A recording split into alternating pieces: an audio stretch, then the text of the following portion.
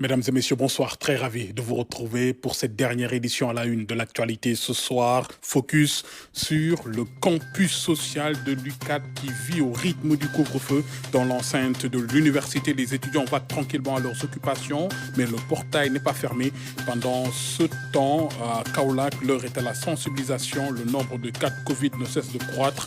Les collectivités territoriales, elles, on le verra, tentent de jouer leur partition pour freiner la pandémie. Et puis, retour ce soir sur l'exposition du maître de la Renaissance, Leonardo da Vinci, au Musée des civilisations noires. 17 œuvres reproduites, grandeur nature, qui permettent de comprendre l'histoire, les techniques utilisées à l'époque, l'utilisation de la lumière, entre autres. Les visiteurs pourront contempler en profondeur le travail de cet artiste hors pair. Dans l'actualité également, la célébration des 60 ans de l'assassinat de Patrice Emery Lumumba. Il fut le premier Premier ministre de la République démocratique du Congo de juin à septembre 1960.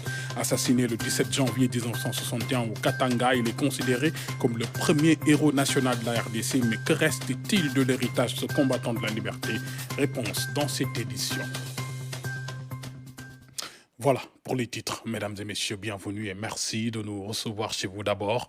Cette triste nouvelle, on a appris ce dimanche le rappel à Dieu du cinéaste Cheikh Gaïdoba, membre du Conseil économique, social et environnemental. Il fut réalisateur de 1972 à 1977 à l'Office de la radio et télévision du Sénégal. Son parcours exceptionnel en audiovisuel et cinéma l'a finalement poussé à se lancer dans le 7e art. Il réalise en 1978 le long métrage Réwo Dandemayo. Cheikh Gaïdoba fut aussi le président des cinéastes sénégalais, le directeur général de la RTS, et l'ensemble du personnel présente leurs condoléances à sa famille et au monde du cinéma sénégalais et africain. Et puis, focus à présent sur le campus social de l'Université Cheikh Anta Diop qui vit au rythme du couvre-feu. Les activités ne sont pas très affectées par l'interdiction, vous allez le voir. Les étudiants peuvent vaquer tranquillement à leurs occupations dans le campus social. Toutefois, il leur est interdit de franchir la grande porte au-delà de 21h. C'est un reportage de Aminatou Lamerana Diallo et Fatou Diouf. Il est 21h. L'Université Cheikh Anta Diop de Dakar ferme ses portes. Couvre-feu oblige. À l'intérieur du campus social, l'ambiance est bon enfant. Le cadre est attrayant. Dans les jardins, quelques étudiants profitent de la fraîcheur du soir après une journée d'études. Il y a tout ici en fait, ça ne nous dérange pas. Mais des fois, genre tu veux sortir et tout, peut-être que tu veux faire quelque chose mais tu ne peux pas sortir. À 7 heures, les restaurants sont vides. Ils ferment à 20 heures, plus tôt que d'habitude. Les boutiques constituent une alternative pour les étudiants. Je ne ferme pas ma boutique. Elle est ouverte toute la nuit et dernièrement, il y a eu plus de monde à l'heure du dîner car les restaurants ferment tôt. À l'heure du couvre-feu, la sécurité se montre intransigeante. Pas question de quitter le campus social, sauf en cas de force majeure. On ferme la porte à 21h pour l'ouvrir à 5h du matin. On n'a pas de problème avec les étudiants. On leur interdit de sortir après 21h, sauf en cas d'urgence. Le couvre-feu n'est pas très ressenti par les pensionnaires du campus social. Ils disposent de tout ce dont ils ont besoin pour bien vivre. Et au loin, les grilles de la grande porte, la barrière à ne pas franchir, au-delà de 21h. Direction Kaolack à présent où l'augmentation des cas de Covid-19 inquiète. 646 cas ont été enregistrés dont 52 décès. Le comité de gestion des épidémies a initié des activités de sensibilisation pour le respect des mesures barrières. Le point avec Claire Diop et notre bureau à Kaolack. Face à une recrudescence des cas de coronavirus ici dans la région de Kaolack, une descente est menée sur le terrain pour mieux sensibiliser les populations. 646 cas positifs dont 52 décès, 122 victimes suivies à domicile et 33 testés positifs introuvables. L'heure est grave, l'alerte est donnée par le comité régional de gestion des épidémies. Certaines personnes ne portent le masque que devant un policier ou un gendarme. Les distanciations physiques sont à peine respectées. Nous avons vu le long des routes, dans les marchés, le commerce, comment donc les personnes sont serrées les unes contre les autres sans presque aucun respect donc, de ces distances-là. Les cérémonies familiales accueillant du monde continuent encore à être organisées. Les moyens de transport, de même, sont souvent bondés. En ce qui concerne le respect des mesures de protection édictées, les forces de l'ordre veillent au grain. Des interpellations sont enregistrées. Les forces de défense et de sécurité, à savoir la police et la gendarmerie, font un excellent travail dans ce domaine-là. Pour exemple, à la fin du mois de décembre, les statistiques donc, du mois de décembre, déjà rien qu'au niveau de Kaolack, 587 personnes ont été interpellées pour non-port de masque. Des recommandations fortes sont aussi formulées par le comité, notamment pour une prise en charge précoce des cas. Il faudra se rapprocher des structures de santé dès les premiers signes. Je m'arrête là parce que ça nous a posé beaucoup de problèmes. Il y a beaucoup de cas qui nous arrivent presque désespérés. Parce que tout simplement, c'est des cas qui n'ont pas été signalés à temps. Autres acteurs impliqués dans ce combat, les guides religieux. Les activités menées ont duré 2 jours pour sensibiliser au maximum les populations. Quelques 30 000 masques ont été distribués dans les départements de Kaolack, Nioro et Guinguinéo. Et puis, retour ce soir sur l'exposition de Leonardo da Vinci au Musée des civilisations noires. On l'évoquait hier.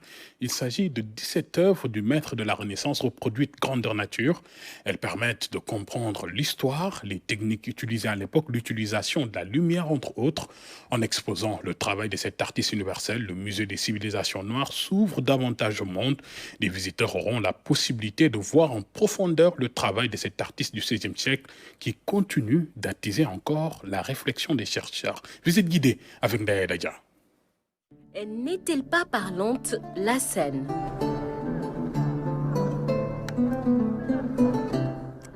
Réalisée entre 1494 et 1498, dessins préparatoires, études approfondies, techniques particulières de détrempe et de mélange d'huile ont contribué à donner à cette œuvre tout son naturel.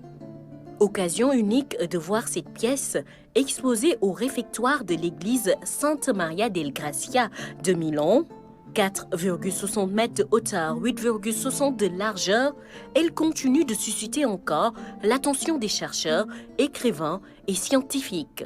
Il arrive parfois que des génies apparaissent à travers le monde de temps en temps, ici ou là, et émerveillent le monde par leur créativité, leur esprit d'imagination, leur productivité à la fois intellectuelle, artistique, scientifique. Et Leonardo da Vinci fait partie de ces catégories de personnes-là. Et c'est pourquoi nous parlons toujours de génie. La directrice du Centre culturel italien confie n'avoir jamais vu en vrai cette œuvre qu'il faut réserver pour voir, parce que conservée dans des conditions de conservation à température ambiante, seules 25 personnes sont autorisées toutes les 15 minutes.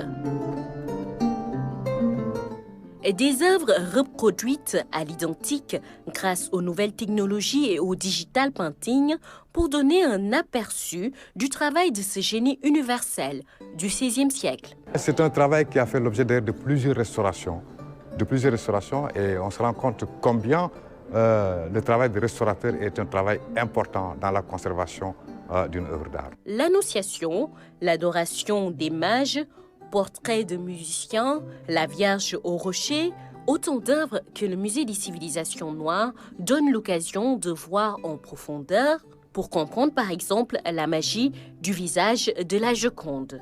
On a l'impression d'être devant l'original, tellement la reproduction elle a été fidèle, tellement les nuances ont été bien respectées et tellement à la fois cette main qui se pose sur l'autre, ce regard qui semble vous suivre, ce sourire également qui semble figé, ont été bien reproduites. Voici Mona Lisa, achetée par François Ier de France dans le début des années 1500. Elle est aujourd'hui la propriété du musée de Louvre. À travers elle, on peut comprendre à quel point l'art peut imiter la nature. Leonardo da Vinci, un peintre de la Renaissance, mouvement artistique se situant entre le Moyen-Âge et le début des temps modernes. Exposé donc au Musée des civilisations noires qui entend s'ouvrir au monde. Dans tous les pays occidentaux, on a des expositions qui sont consacrées à l'Afrique, au monde noir en général. Et en Afrique, il n'y a rien qui soit consacré aux Occidentaux et autres. L'idée, c'est qu'en Afrique, on puisse découvrir des cultures d'autres mondes. L'Afrique n'est pas faite pour se regarder dans le rétroviseur et sur le nombril. L'Afrique est faite pour regarder les cultures du monde et c'est ce que nous faisons aujourd'hui avec Léonard de Vinci. Singapour, Bangkok, Australie, États-Unis, France, autant de pays où cette exposition itinérante est passée. Elle s'achève donc à Dakar, occasion unique de faire le tour de ces 17 œuvres réparties dans plusieurs musées du monde. À travers cette exposition, on peut comprendre en profondeur l'histoire, les techniques de travail, l'utilisation de la lumière de cet artiste du XVIe siècle, dont le travail continue d'attiser la recherche artistique et scientifique. En perspective, Picasso et la civilisation maya, le musée des civilisations noires veut rendre Dakar encore plus magique. Voilà, pour cette visite guidée de l'exposition de Leonardo da Vinci au musée des civilisations noires. Dans l'actualité également, ce soir, la célébration de l'assassinat des 60 ans de l'assassinat de Patrice Emery Lumumba. Il fut le premier ministre de la République démocratique du Congo, je vous le disais tout à l'heure, assassiné le 17 janvier 1961 dans la province du Katanga par des séparatistes et des mercenaires belges. Sa mort avait provoqué l'indignation générale. Un hommage lui sera rendu en RDC à l'occasion de la célébration de l'indépendance le 30 juin. Le récit de Seydina Lunfal. Voici 60 ans, dans une clairière du Katanga, Lumumba a été fusillé. L'opération se voulait discrète. Il a fallu du temps pour que la vérité s'impose. Le héros de l'indépendance de la République démocratique du Congo a été assassiné, abattu par des séparatistes et des mercenaires belges. Patrice Lumumba a été l'un des premiers qui a osé défier les puissances occidentales. Premier ministre élu de la République démocratique du Congo, il sera assassiné quelques mois après son entrée en fonction le 17 janvier 1961. Sa mort, qui a provoqué un engouement international, a contribué à faire du leader congolais un héros national en République démocratique du Congo et une icône du panafricanisme. Le président de la RDC, Félix Tshisekedi, a annoncé le rapatriement de la réplique du héros national du Congo, Patrice Emery Lumumba. Il a également confirmé qu'un mausolée sera construit pour honorer sa contribution à la nation. Un hommage sera rendu à Patrice Lumumba lors des célébrations de l'anniversaire de l'indépendance le 30 juin prochain. Il y a exactement 60 ans, Patrice Lumumba, ancien Premier ministre congolais, était exécuté. Un crime abject qui reste encore mystérieux. L'homme combattait pour la liberté et le développement de l'Afrique, ce que d'autres combattaient. Lumumba, quand tout périt, reste la légende d'une chronique signée Oumaria. Le souvenir devient évanescent, 60 ans déjà. Le 17 janvier 1961, un avion dépose à Lumumbashi Patrice Emery Lumumba et 2 autres de ses camarades. Leur sort était déjà scellé avant même cet atterrissage à la capitale d'un Katanga sécessionniste de Moïse Tshombe, très riche et aiguisant donc tous les appétits. Une demi-heure plus tard, les 3 périssaient, fusillés. Le reste est une sordide histoire de dissolution dans un bain d'acide fort pour effacer les traces d'un crime abject. Que reste-t-il aujourd'hui dans la mémoire congolaise d'Elias Okito Sombo, son nom de naissance qui signifie héritier maudit? Pas vraiment grand-chose quand on se penche sur les programmes scolaires de son pays. Pourtant, ce patriote avait très tôt perçu la nécessité de parachever le combat pour préserver les intérêts du Congo. Le jour même de la naissance officielle de la République, il s'était illustré par sa prise de parole éloignée des discours convenus devant un roi des Belges médusé. Nous avons connu les ironies, les insultes, Nous avons connu les ironies, les insultes, les coups que nous devions subir matin, midi et soir. Parce que nous étions des nègres. Ce morceau choisi, considéré comme un affront, une impertinence, en fera une cible. La suite, on la connaît. Elle n'honore ni les Congolais, ni les Belges, ni les Américains, ni l'ONU.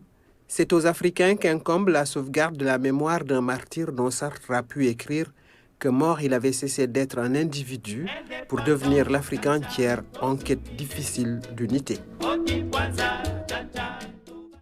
Cap sur Saint-Louis maintenant, où le Puma, en partenariat avec le 3FPT, a formé 20 jeunes de l'île à Morphil et environ au métier de conduite d'engins agricoles. Après 37 jours d'apprentissage, ils ont reçu leur parchemin. Diana Badja est notre bureau à Saint-Louis.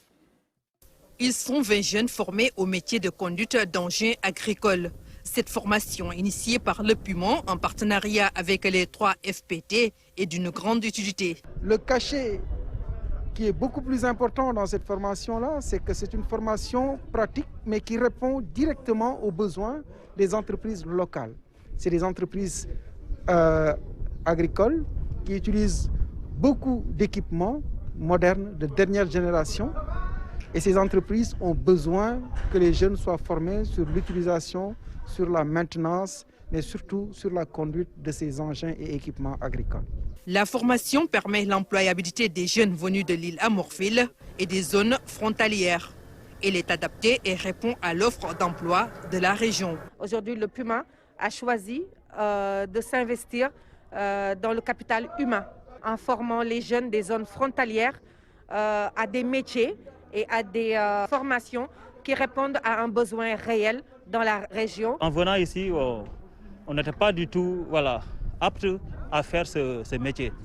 Mais grâce à nos formateurs qui sont d'abord des professionnels, ils ont mis en nous vraiment des compétences que nous aurons à exploiter vraiment dans le marché du travail. Le centre est là, ils accueillent tous jeunes à bras ouverts. Et vraiment, on les incite à venir parce qu'il y a possibilité de subir une formation et de travailler. Après 37 jours de formation, les récipiendaires sont bien outillés pour saisir des opportunités qu'offre leur terroir. On reste dans la ville tricentenaire pour parler de la réalisation d'infrastructures pour l'organisation des JOJ 2026 au Sénégal. Le co-JOJ et l'AGEROUTE ont signé un partenariat dans ce sens. La cérémonie a eu lieu à Saint-Louis. Diana Badja. La signature de la convention de maîtrise d'ouvrage déléguée à AGEROUTE, comité d'organisation des Jeux olympiques de la jeunesse, co-JOJ Dakar 2026 se matérialise à Saint-Louis dans un souci de décentralisation. La cérémonie vient donner un coup d'accélérateur aux préparatifs en cours. Au-delà des Jeux, le Sénégal disposera d'un plateau sportif de haut niveau avec la réhabilitation suivant les standards du CEIO, du stade Iba Mar Diop, du complexe du Tour de l'œuf abritant la piscine olympique. Il en est de même pour la caserne Samba Diéry Diaro qui accueille les épreuves d'équitation. Le stade olympique de Diamniadio, en cours de construction, complétera le dispositif. Toutes les infrastructures routières menant au site de JOJ seront mises à niveau à travers le FERA ou le budget de l'État avec assainissement, construction de parking et aménagement paysager. Aussi, la mobilité à Dakar et à Diamniadio sera améliorée grâce à deux projets majeurs. La construction du viaduc de Cameroun pour fluidifier la circulation sur l'autoroute et le réaménagement de l'échangeur de Diamniadio. L'élargissement de la route des Niayes. Le TER, le BRT et les ouvrages de dénivellement à Dakar seront aussi fonctionnels avant les JOJ. Le comité national olympique et sportif sénégalais magnifie l'engagement de l'État pour la réussite de l'événement. L'acte que nous posons ce jour symbolise la constance dans le partenariat entre le gouvernement du président de Sall et le mouvement olympique tel qu'il l'a voulu, le chef de l'État, en présidant en mai 2019 le premier conseil présidentiel consacré à la préparation de la 4e édition des JOJ. Ainsi, après le ministère en charge de l'hygiène publique, le ministère du Tourisme et des Transports aériens, le ministère de l'Intérieur, ministère des Affaires étrangères, c'est aujourd'hui au tour du ministre en charge des infrastructures, à travers une agence sous tutelle, l'AGEROUTE, de rejoindre le cercle des partenaires du COJOJ et de jouer sa partition dans la préparation et l'organisation de ce premier événement olympique sur le continent africain. Les chantiers confiés à l'AGEROUTE vont renforcer les infrastructures sportives ainsi que la mobilité urbaine à Dakar. Ils sont financés par l'Agence française de développement qui réitère son engagement. L'Agence française de développement sera à leur côté pour les accompagner et pour réceptionner des infrastructures de qualité et emblématiques pour ces épreuves sportives de la jeunesse. Saint-Louis, qui a déjà bénéficié de l'accompagnement de l'AFD, sera au cœur des JOJ 2026, notamment à travers des manifestations culturelles. Voilà pour l'essentiel de l'actualité de ce dimanche soir, mesdames et messieurs. Merci de nous avoir suivis, merci de votre attention et de votre fidélité. L'info, je vous le rappelle, continue sur rts.sn, sur live.rts.sn et sur les réseaux sociaux. Je vous souhaite une très bonne nuit et à demain, lundi, s'il plaît à Dieu.